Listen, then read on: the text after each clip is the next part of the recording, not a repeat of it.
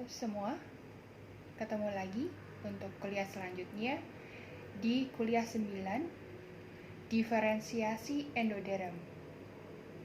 Silahkan siapkan materinya untuk bisa mengikuti kuliahnya.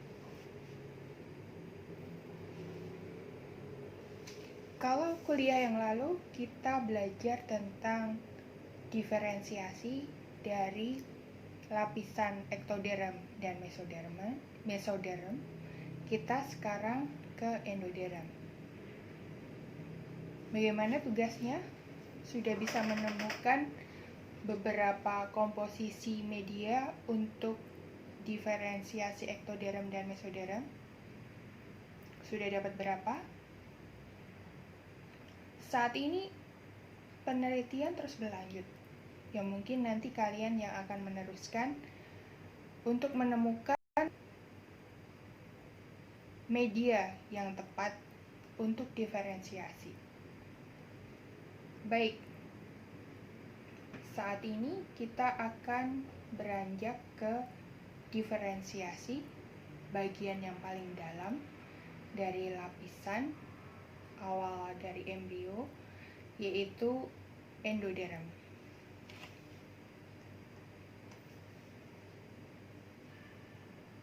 Di slide selanjutnya, di slide yang kedua, di situ dilihat turunan endoderm.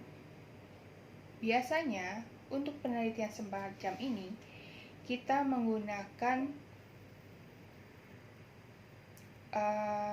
bagian dari fertilisasi in vitro atau bayi tabung. Dan tentu saja ini mengalami proses ethical clearance atau lolos kaji etik yang sangat ketat. Dan tidak semua diizinkan untuk melakukan penelitian seperti ini. Dari slide kita lihat dari sel telur yang dibuahi, kemudian membelah, akhirnya dalam fase blastosis. Dalam blastosis itu bisa dipakai dua macam, yaitu embryonic stem cell atau inner cell mass, itu juga sifatnya pluripoten.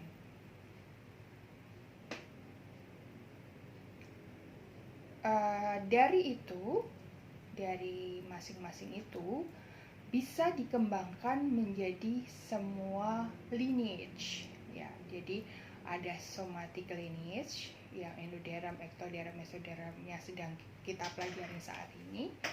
Ada germ lineage, yaitu nanti menjadi sel telur atau menjadi sperma.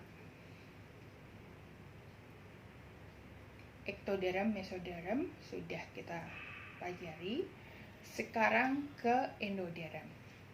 Beberapa di antaranya bisa ke liver, gut, pankreas, lung. Jadi hati untuk pencernakan, untuk pankreas, dan untuk paru.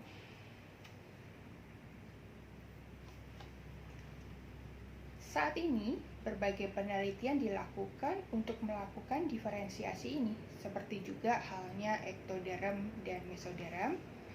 Yang ini adalah bagian endoderm. Berbagai penelitian dilakukan untuk melakukan diferensiasi sel turunan dari endoderm, seperti misalnya hepatosit, yaitu menjadi hepar, hati, dan sel pankreas beta, yang ini sangat berhubungan dengan penyakit diabetes. Bentuk spesifik dan pattern dari endoderm membuat sulitnya memiliki growth factor untuk pertumbuhan in vitro. Jadi ini semakin ke dalam itu akan lebih susah untuk melakukannya. Ini salah satu contohnya, hepatosit dari stem cell manusia dengan menggunakan matrigel atau monolayer dengan penambahan 20% fetal bovine serum. Ini masih menggunakan serum ya. Jadi ingat bahwa materi yang dari hewan masih berisiko untuk diterapkan ke uji klinik. Jadi tapi ini adalah penelitian awal masih menggunakan FBS. Kedua sistem kultur tersebut diberi perlakuan DMSO dan sodium butirat untuk mendapatkan 70-80% sel yang mengekspresikan marker hepatosit. Masih ingat apa itu marker? Marker atau penanda itu adalah untuk mengenali ini jenisnya sel apa. Apabila sudah jadi sel hepatosit, maka markernya ini dapat dikenali. Oh, dia sudah menjadi sel hepatosit. Menunjukkan akumulasi glikogen dan aktivitas sitokrom P450 yang dapat diinduksi. Ini beberapa persyaratan atau ciri yang dapat dikenali bahwa satu sel bisa menjadi sel hepatosit. Slide selanjutnya.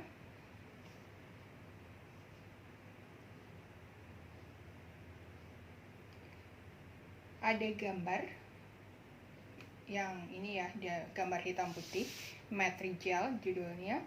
Ini adalah contoh kultur sel dengan matrigel. Jadi kalau lihat bagian yang menjalar-jalar dan menonjol bulat-bulat itu adalah selnya yang dikultur di dalam lapisan matrigel. Kemudian dilihat dengan mikroskop. Jadi ini yang diperlihatkan bahwa selnya bisa bertumbuh dengan baik. Slide selanjutnya, ini hepatosit. Jadi kalau kita mau melihat secara utuh suatu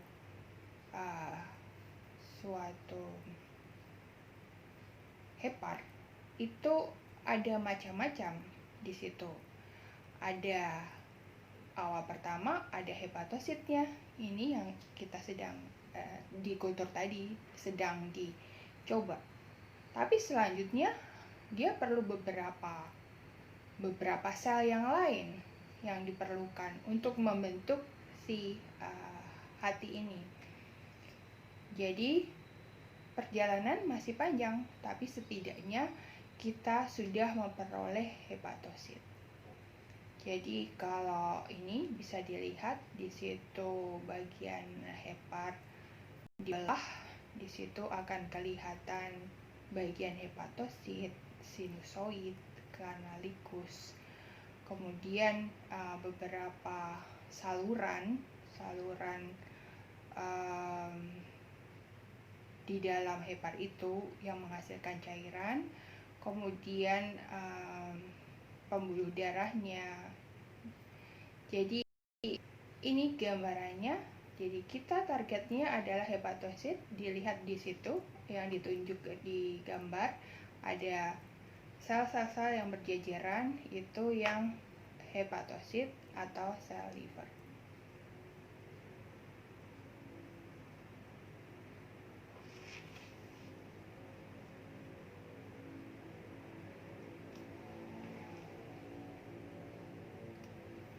Selanjutnya, di slide selanjutnya, ini menggambarkan tentang bagaimana kultur diferensiasi endoderm. Yang gambar itu menunjukkan ada beberapa kultur dari stem cell, kemudian human embryonic stem cell, kemudian dikultur di dalam MEF pada pelajaran lalu, ingat bahwa dalam kultur ada feeder layer. Selain tadi matrix gel, ada feeder layer yang bisa memberikan makan pada kultur dari sistem.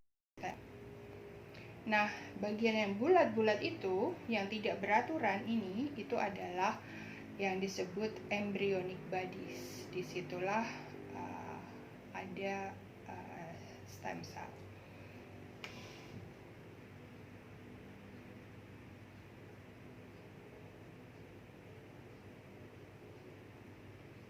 Selanjutnya, ini juga kultur diferensiasi. Kita lihat betapa perubahannya itu sangat drastis setelahnya ya, bahwa awalnya sama stem cell dengan bentuk yang bulat-bulat, tetapi setelah berdiferensiasi akan memberikan bentuk yang berbeda-beda.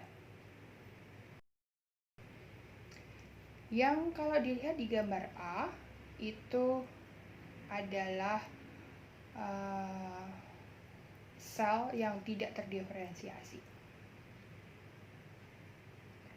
Kemudian yang B itu sudah menjadi hepatosit.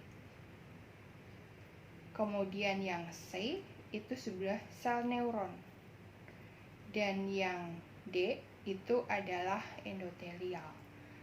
Kita lihat bahwa dari awalnya A itu akan bentuknya berbeda-beda sesuai dengan diferensiasinya.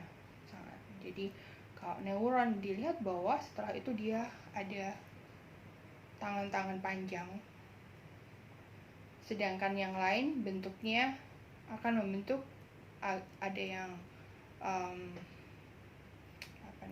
memipih, memanjang, ada yang memanjang sedikit dari awalnya yang bulat ya, dari stem cell. Nah, dari kultur diferensiasi kita akan lihat bahwa selnya akan berubah. Selanjutnya, diferensiasi endoderm. Ini contoh diferensiasi endoderm yang lain menjadi pankreatik beta.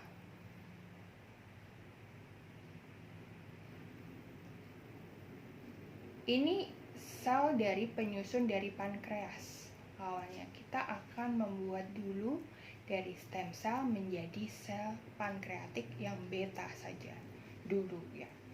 Saat diferensiasi spontan 1-3 sel dari 60-70 sel embryonic body positif insulin, jadi berhasil 1,3% spontan ya. Nah, di slide selanjutnya, diferensiasi endoderm, Anda lihat bahwa komposisi media akan membawa diferensiasi ke arah yang berbeda. Misalnya di situ dilihat ya, dari undifferentiated berarti itu tidak terdiferensiasi, medianya itu ada bermacam-macam dikembangkan. Referensi itu jurnalnya ya, tapi mungkin saya tidak ngasih nomornya, tapi Anda bisa cari nanti ya, bahwa sel bisa diferensiasi dengan media dengan penambahan EGF, PDGF dan sebagainya. Kemudian bisa didiferensiasi menjadi sel-sel darah hematopoietik atau neural, hepatosit, endotelium, hepatosit lagi. Ini beberapa contoh ya. Jadi neuron, hepatosit, endotelium. Nah, nanti di tugas Anda mengeksplor lagi lebih jauh. Komposisi media apa yang bisa membuat diferensiasi ke derivat dari si endoderm ini.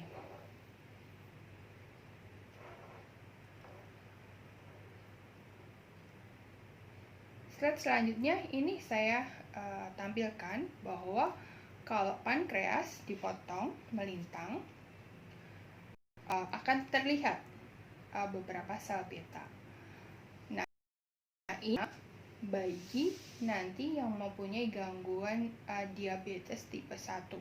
Karena sejak awal mula ada gangguan pada sel beta sehingga dia menjadi diabetes sejak awal.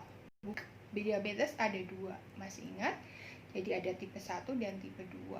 Tipe 1 itu karena kerusakan sel beta, yang kedua adalah tentang lifestyle, karena gaya hidup kalian yang suka minum minuman yang banyak kandungan gula, atau sekarang banyak makanan manis di mana-mana, itu diabetes tipe 2.